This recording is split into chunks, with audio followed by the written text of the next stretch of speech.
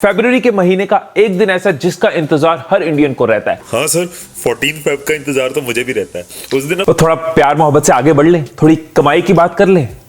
मैं 14 फेब की बात नहीं कर रहा, मैं बात कर रहा हूं 1 फरवरी की, जिस दिन इंडिया के फाइनेंस मिनिस्टर पूरे साल का बजट प्रेजेंट करते हैं।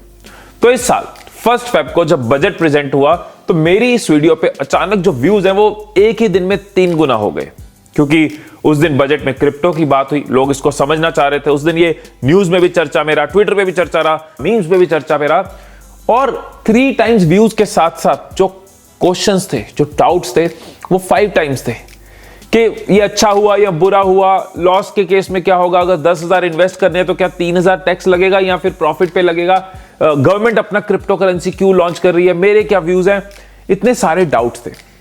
तो मैंने, क्योंकि मैं क्रिप्टो के बारे में कई महीनों से रिसर्च कर रहा हूं, क्रिप्टो करेंसी को समझ रहा हूं, ब्लॉकचेन टेक्नोलॉजी को समझ रहा हूं, तो मैंने इस बजट को भी अच्छे से पढ़ा, कुछ एक्सपर्ट्स से बात करी, नॉलेज पार्टनर से बात करी। तो मैं इस वीडियो में बहुत ही सिंपल लैंग्वेज में, बहुत ही आसान भाषा में बजट में जो क्रिप्टो करेंसी के रिलेटेड चीजें उनको एक्सप्लेन करूंगा, आपके जो डाउट्स है, क्वेश्चंस हैं, उनको आंसर करने की कोशिश करूंगा। तो जिन लोगों को ये नहीं पता कि क्रिप्टो करेंसी क्या है, तो मैं 2 लाइंस में इसको एक्सप्लेन करने की कोशिश करता हूं। पूरी डिटेल के लिए आप इस वीडियो को देख सकते हैं। इसमें मैंने बहुत ही इस तरीके से समझाया कि एक छोटा बच्चा भी समझ जाएगा कि क्रिप्टो करेंसी क्या होता है। लेकिन फिर भी 2 लाइन में समझाने की कोशिश करता हूं कि एक तरह की डिसेंट्रलाइज्ड करेंसी है, मतलब इसका कंट्रोल किसी एक पार्टी के पास, किसी एक अथॉरिटी के पास नहीं है। कोई एक जाना इसको कंट्रोल नहीं कर रहा, कब ये बढ़ेगी, कब ये घटेगी। It is decentralised, peer to peer network है, सबके पास इसका कंट्रोल है। और इसके पीछे जो टेक्नोलॉजी है वो है ब्लॉकचेन टेक्नोलॉजी। ब्लॉकचेन टेक्नोलॉजी है ना, दिस इज फ्यूचर, ये रेवोल्यूशन है। सो आने वाले टाइम पे सिर्फ करेंसी नहीं, बहुत सारी चीजें ब्लॉकचेन के साथ लिंक्ड होंगी, ऑलरेडी होना शुरू हो गई हैं। इसीलिए इसको फ्यूचर की करेंसी भी बोला जाता है। और इसीलिए जो लोग टेक में इंटरेस्टेड हैं, जो यूथ है, जो इस चीज को समझते हैं ब्लॉकचेन को, उनका इंटरेस्ट लेवल क्रिप्टो करेंसी में इतना हाई है, इसीलिए क्रिप्टो करेंसी इतना पॉपुलर हो रही है। अब बजट में क्रिप्टो करेंसी के रिलेटेड कौन सी चीजें हैं उसकी बात करते हैं। अब इस साल बजट में वर्चुअल करेंसीज का प्रॉपर मेंशन था, लेकिन अगर आप कुछ साल पीछे जाओ तो ये इतना वेलकमिंग नहीं था। कुछ साल पहले बहुत लोग और बहुत सारी गवर्नमेंट्स क्रिप्टो करेंसी को एक्सेप्ट नहीं कर रहे थे। मैं भी कुछ साल पहले जब मैंने क्रिप्टो करेंसी के बारे में सुना, मैंने कहा नहीं यार, क्या है ये ऐसे ही है। और गवर्नमेंट्स ने भी, किसी ने इसको बैन किया, किसी ने इसको पॉन्जी स्कीम कहा, लेकिन करते करते आज कई सारी कंट्रीज की गवर्नमेंट्स इसको एक्सेप्ट कर रही है। इसके बेनिफिट्स, इसकी यूटिलिटीज, की पॉपुलैरिटी को देखते हुए इसके अराउंड गाइडलाइंस बनाने की कोशिश कर रही है। इसके अराउंड, जैसे हमारे बजट में इसके अराउंड टैक्सेशन के ऊपर बात हुई। अब 4 पॉइंट्स में मैं एक्सप्लेन करता हूं कि इस साल के बजट का क्रिप्टो करेंसीज पे क्या इफेक्ट है। अब तक लोगों को क्लैरिटी नहीं थी कि वर्चुअल एसेट्स जैसे कि क्रिप्टो करेंसीज, एनएफटीज, इनके ऊपर टैक्सेशन कैसे होगी। अब गवर्नमेंट ने एक गाइडलाइन दी है। The guideline is very clear. Any income from transfer of any virtual digital asset shall be taxed at rate of 30%. अब एक तो इसका सिंपल सा मीनिंग है जो सबको क्लियर ही होगा कि अगर 10,000 का प्रॉफिट है, 30% टैक्स होगा, यानी 3,000 टैक्स देना है और 7,000 आपके पास रहेगा। लेकिन यहां पे सवाल है, सवाल यह है कि अगर लॉस होता है तो वो क्या एडजस्ट होगा या नहीं होगा। एक मीम भी चल रहा है कि गवर्नमेंट कह रही है your profit my profit, your loss your loss, कि प्रॉफिट में मुझे शेयर चाहिए, लॉस तुम सहो। अब ये भी एग्जांपल्स के साथ मैं आपको सब समझाता जाता हूं। मान लो आपने 1 लाख रुपीस की क्रिप्टो करेंसी खरीदी, आपने 95,000 की बेची, आपको 5,000 का लॉस हुआ। अब ये जो लॉस है इस पे कोई टैक्सेशन नहीं होगा, क्योंकि टैक्सेशन इनकम पे है, प्रॉफिट पे है। लेकिन इस पे कोई गवर्नमेंट की तरफ से एडजस्टमेंट भी नहीं है कि चलो आपका लॉस भी हम 30% से लेंगे, उसमें आपका हम आपके साथ शेयर कर लेंगे, नहीं। Your loss is your loss. अब यहां पे एक क्वेश्चन ये आ सकता है कि प्रॉफिट भी हुआ और लॉस भी हुआ तो क्या होगा। इंटरेस्टिंग क्वेश्चन, ध्यान से सुनना, इजी टू अंडरस्टैंड है, बस मैथ समझना इसकी। आपने 1 लाख रुपए इन्वेस्ट किया क्रिप्टो करेंसी पे, 1 लाख रुपए इन्वेस्ट किया, 50,000 आपने किया बिटकॉइन पे और 50,000 किया रिपल पे। अब आ गए बिटकॉइन पे। बिटकॉइन 50,000 का आपने खरीदा, 70,000 का बेचा, कितना प्रॉफिट हुआ? 20,000। रिपल आपने 50,000 का खरीदा, 40,000 का बेचा, लॉस में बेचा, कितना लॉस हुआ? 10,000। यानी बिटकॉइन से हमने 20,000 कमाया, रिपल से हमने 10,000 का लॉस लिया। अब टैक्स किस पे लगेगा? टैक्स लगेगा टोटल इनकम पे, यानी प्रॉफिट 20,000 था, लॉस 10,000 था, 20,000 माइनस 10,000 आपको टैक्स जो है वो 10,000 पे देना है, यानी कि 30% ऑफ 10,000 3,000 रुपीज। तो यहां पे आपका लॉस एडजस्ट हो रहा है, लेकिन विद इन सेम ईयर हो रहा है, यानी कि 1 अप्रैल से लेके 31 मार्च के अंदर अंदर आपके प्रॉफिट में से लॉस माइनस होगा और बाकी जो बचेगा उस पर टैक्स होगा।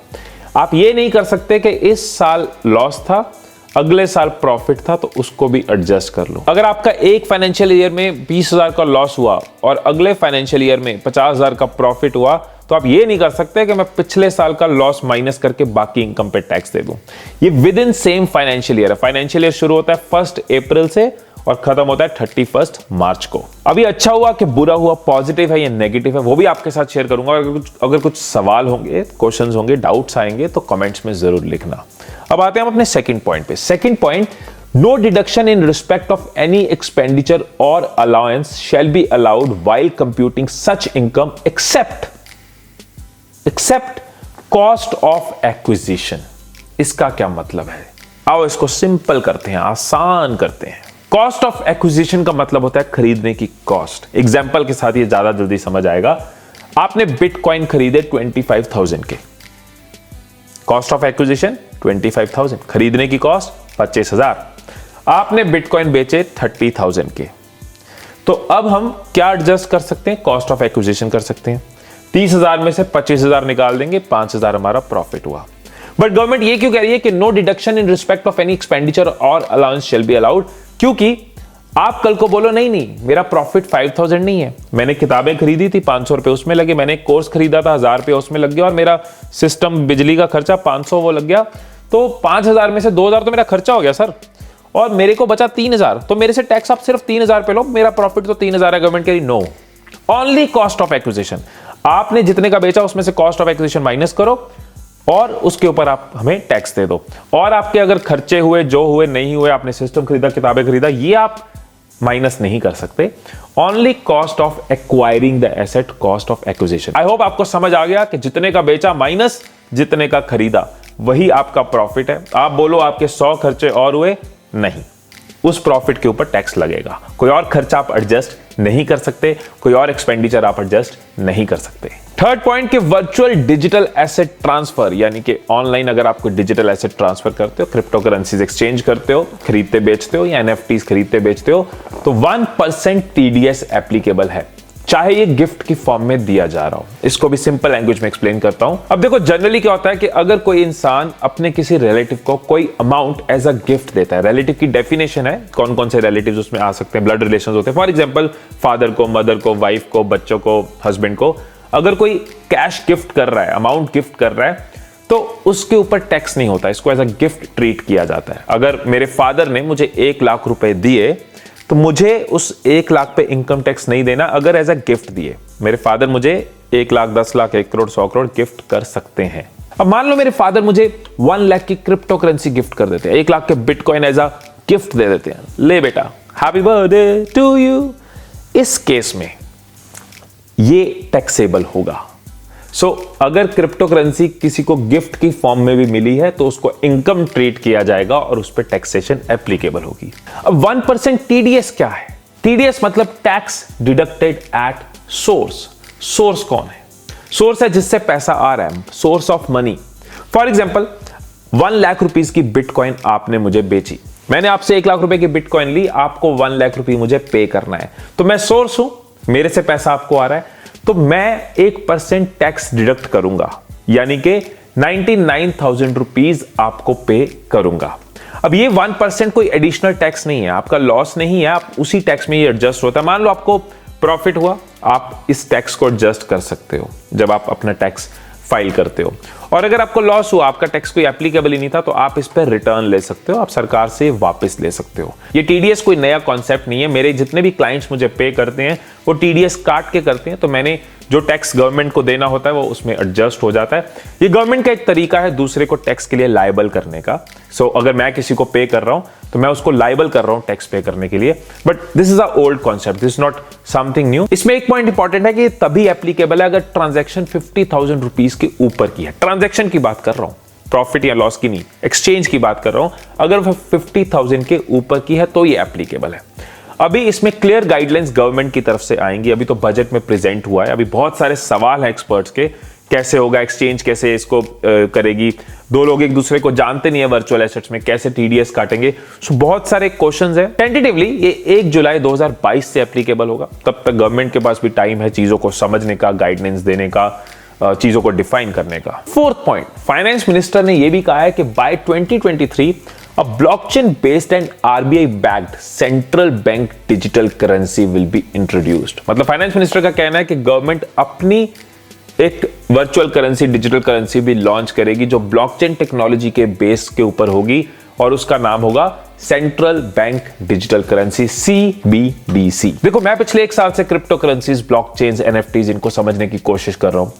पता चल रहा है कि ब्लॉकचेन कैसे यूज होगा हर जगह, हेल्थ केयर, मैनेजमेंट, एडमिनिस्ट्रेशन, हर जगह ये यूज होगा।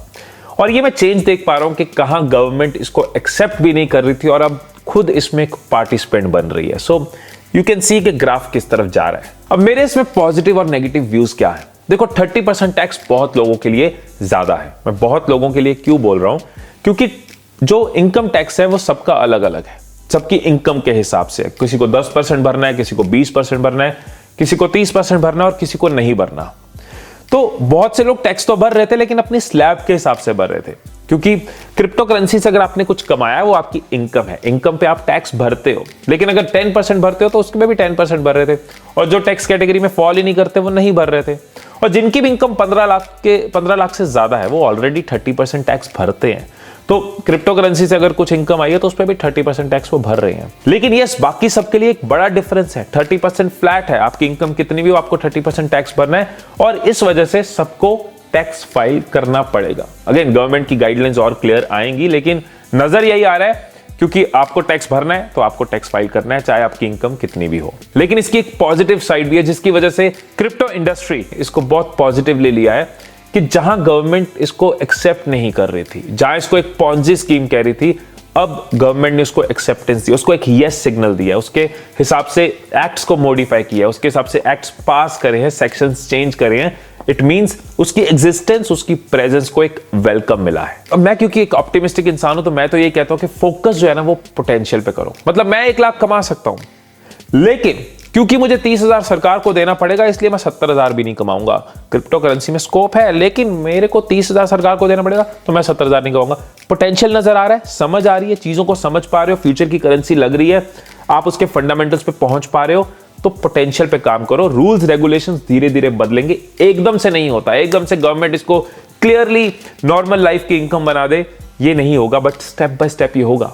लेकिन जब तक ये इतनी पॉपुलर होगी तब तक अगर फायदा लेना है तो इसको आज अच्छे से समझना होगा, क्योंकि ये फ्यूचर की तरफ जा रही है, इसका ग्राफ ऊपर जा रहा है। So right now today is the time to understand this and focus on the potential.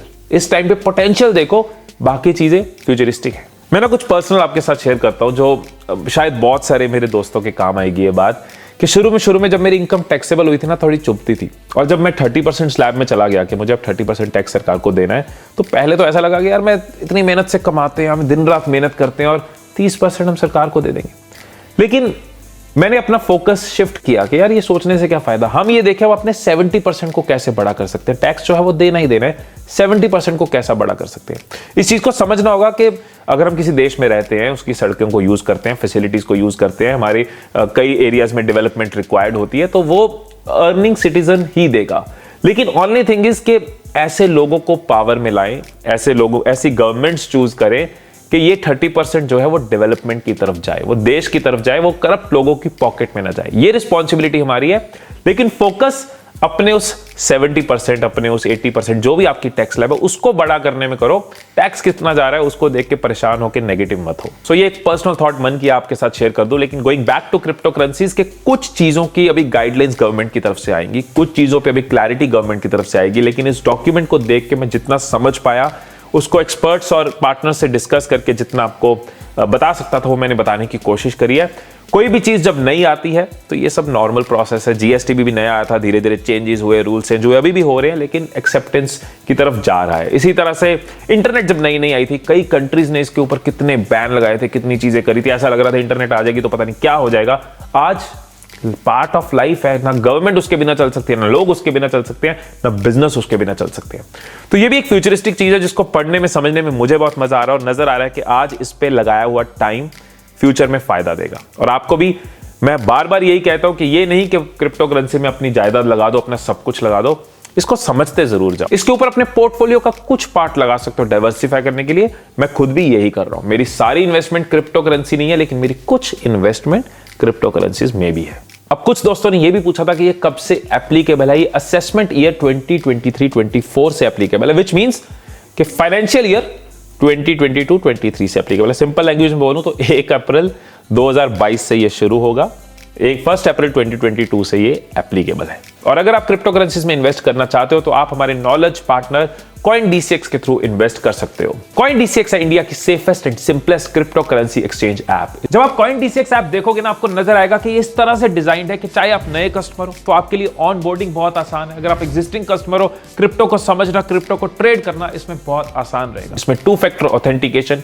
Withdrawal password जैसे मल्टीपल इनबिल्ट सिक्योरिटी फीचर्स है। और साथ ही CoinDCX ISO सर्टिफाइड है और ये प्रोवाइड करते हैं 24/7 कस्टमर सपोर्ट, जिससे आप अपनी क्रिप्टो करेंसी के इन्वेस्टमेंट के रिलेटेड अगर कोई भी क्वेरीज हो तो रिजॉल्व कर सकते हो। इनका 7M model investor protection improve करता है, फेयर और ट्रांसपेरेंट मार्केट मेंटेन करने में हेल्प करता है और क्रिप्टो करेंसी से रिलेटेड रिस्क को कम करता है। और सबसे इंपॉर्टेंट, आप इसमें 100 रुपीज डिपॉजिट करके सिर्फ 10 रुपीज के साथ क्रिप्टो खरीद कर ट्रेड करना शुरू कर सकते हो। और क्योंकि अभी भी बहुत लोगों के लिए नया कॉन्सेप्ट है, तो इसके बारे में रिसर्च करना हो, इसके बारे में अंडरस्टैंडिंग लेने हो, इसकी नॉलेज इंक्रीज करनी हो, तो आप इनके फ्री एजुकेशनल प्लेटफॉर्म https://dcxlearn.com पे जा सकते हैं। वहां पे आपको कई सारे ब्लॉग्स मिलेंगे, बहुत सारी गाइडेंस मिलेगी और वहां जाके आप जितना चाहो जब चाहो क्रिप्टो के रिलेटेड, माइनिंग के रिलेटेड, ब्लॉकचेन के रिलेटेड, बिटकॉइन के रिलेटेड पढ़ सकते हो, समझ सकते हो। CoinDCX पे आपके फंड्स के विड्रॉल और डिपॉजिट को लेके बहुत फ्लेक्सिबिलिटी है। आप जब चाहो 24/7 अपने फंड्स को विड्रॉ या डिपॉजिट कर सकते हो। तो नीचे डिस्क्रिप्शन में दिए हुए लिंक से CoinDCX ऐप डाउनलोड करो, साइन अप करो, KYC कंप्लीट करो और अपने बैंक अकाउंट को लिंक करो। और मेरा कोड HIMISH100 डालकर साइन अप करने पे आपको 100 रुपीज का सैंपल बिटकॉइन मिलेगा। और मुझे हमारे नॉलेज पार्टनर CoinDCX की एक चीज बहुत अच्छी लगती है कि ये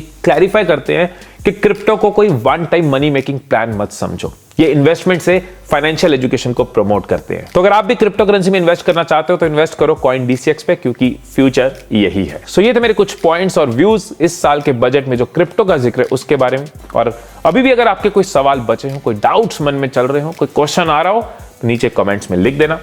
फिर मिलेंगे अगली वीडियो में नई चीजों के साथ और नॉलेज के साथ और ट्रेनिंग के साथ। आपके सफर में हम सफर बना रहूंगा, कुछ ना कुछ हर बार सिखाता रहूंगा, आगे बढ़ाता रहूंगा और खुद भी बढ़ता रहूंगा। फिर मिलेंगे अगली वीडियो में, तब तक खुश रहिए, खुशियां बांटते रहिए and I love you all.